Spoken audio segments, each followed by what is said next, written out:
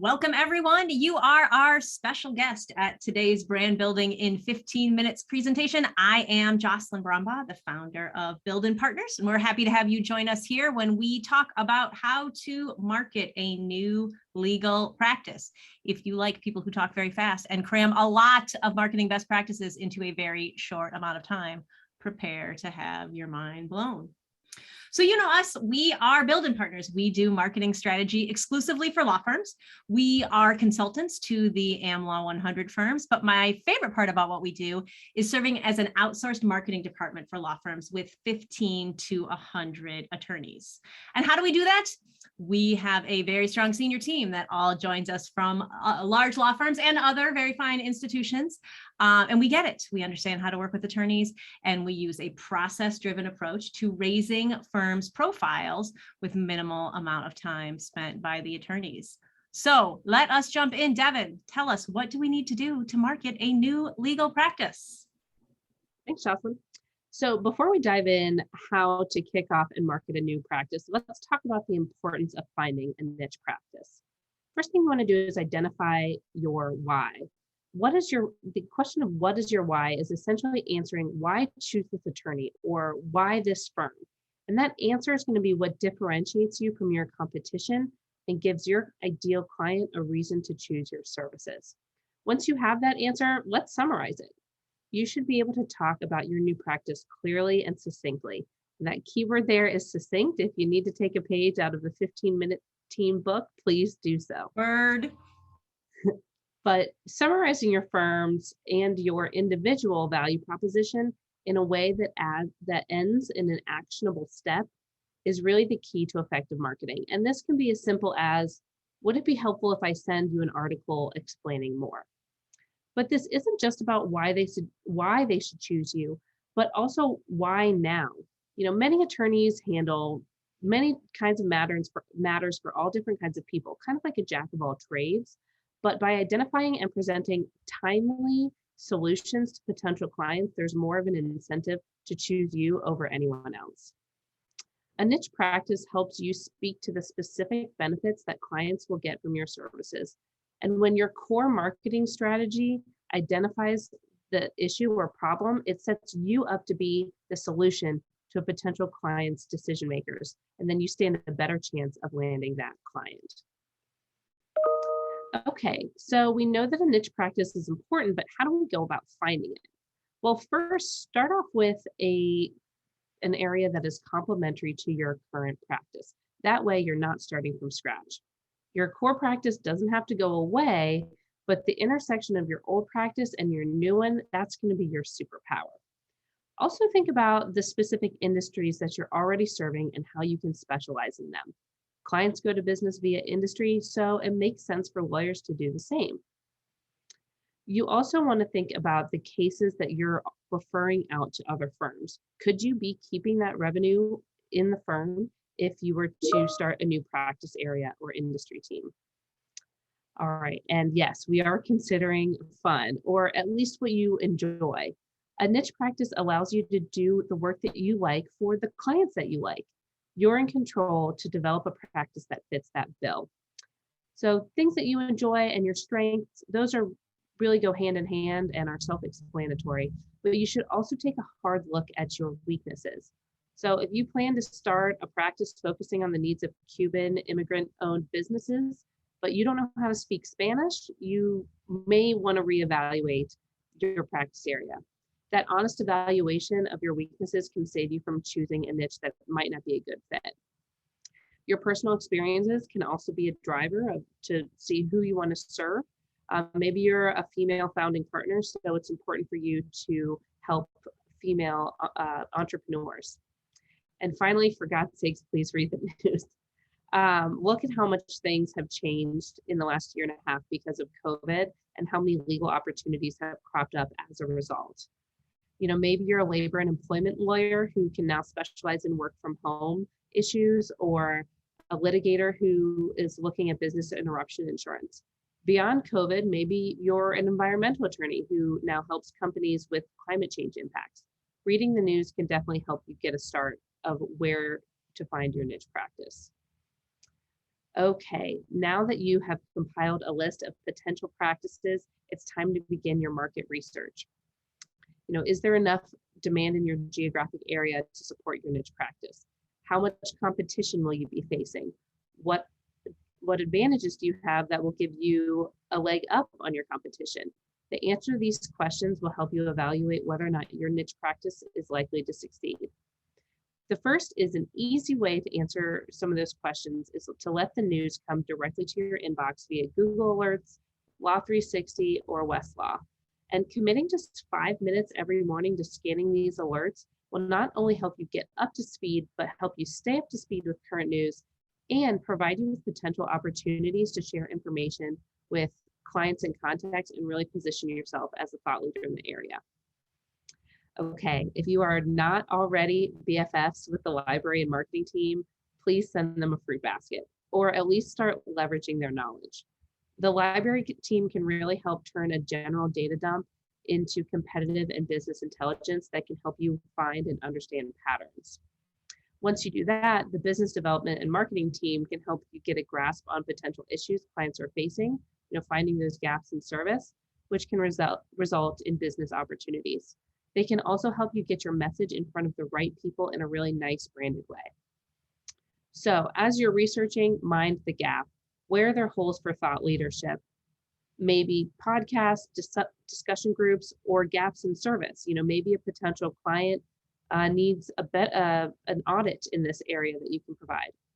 Find the gap and get creative. Okay, you've done the research legwork. Now it's time to kick things off. Oftentimes, a new practice or industry team will be the result of a lateral hire. So that means that they need to be integrated seamlessly.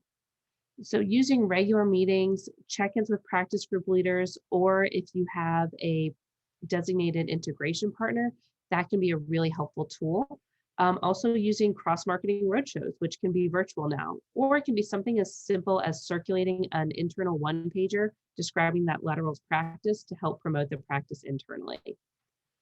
Other times when new practices are born out of an idea or identifying those patterns that we talked about earlier, it's important to team up with the finance team and identify how many current clients already fall into that industry or area. We all know it is easier to expand business with current clients than it is to bring in new ones.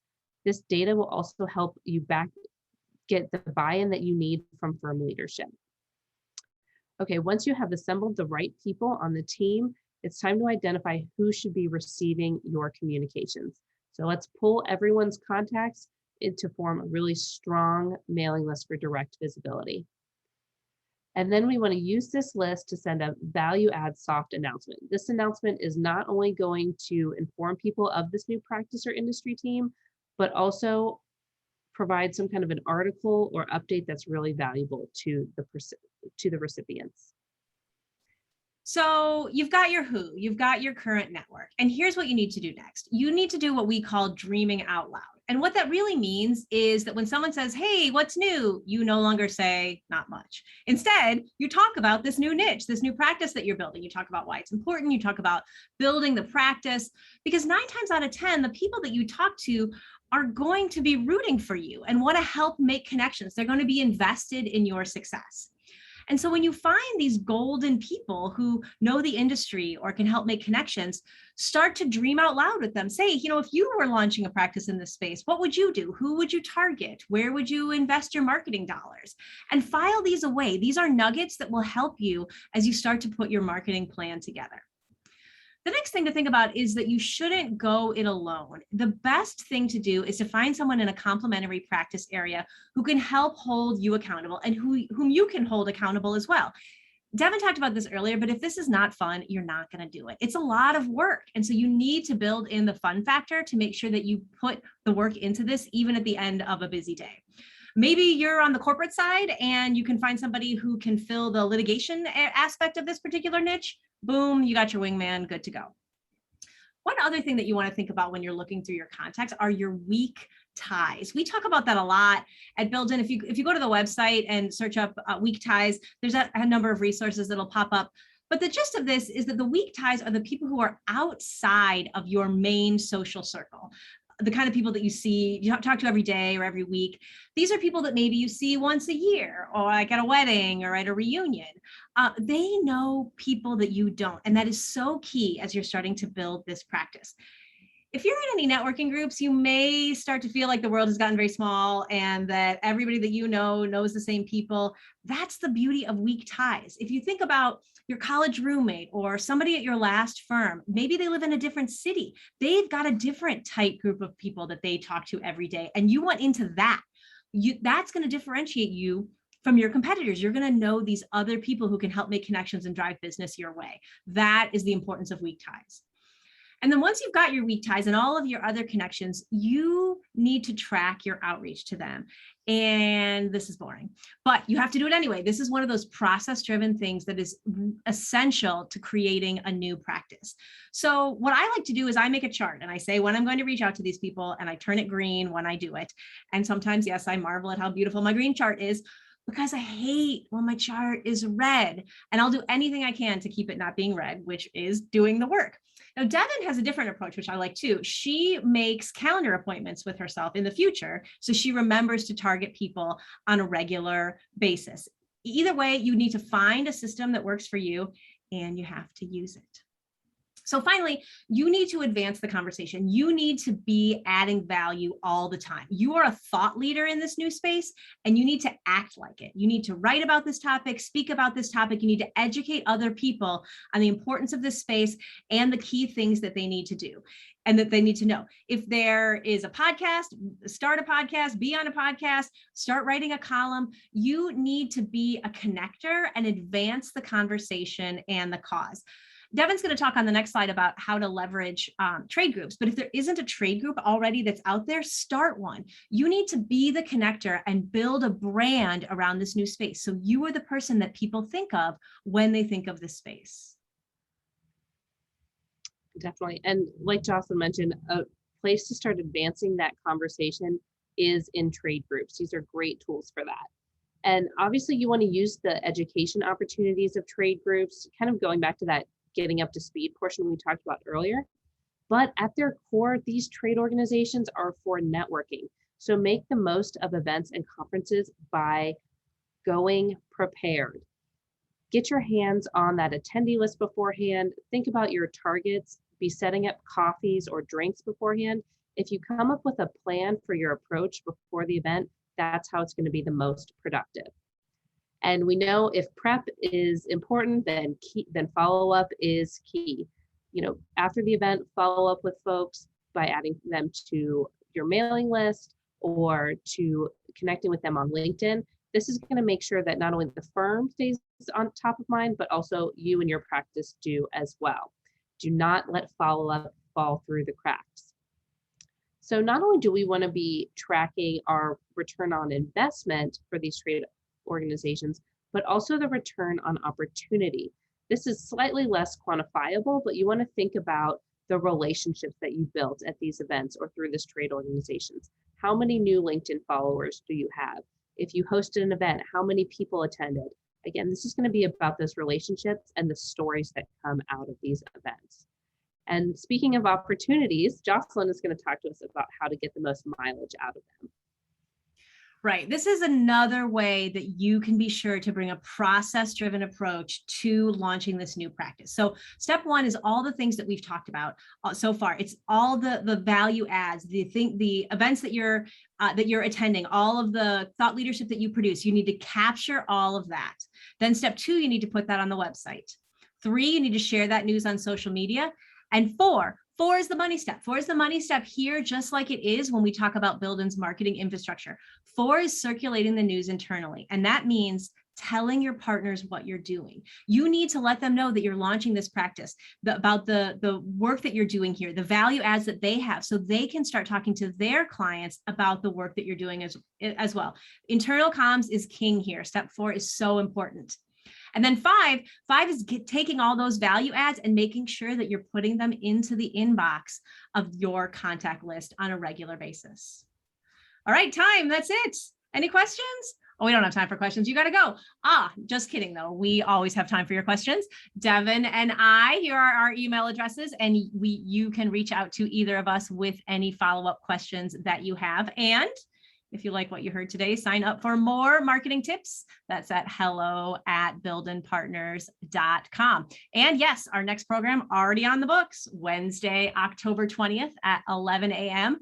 We will tell you everything that you have ever wanted to know about business development coaching in 15 minutes. We'll see you there.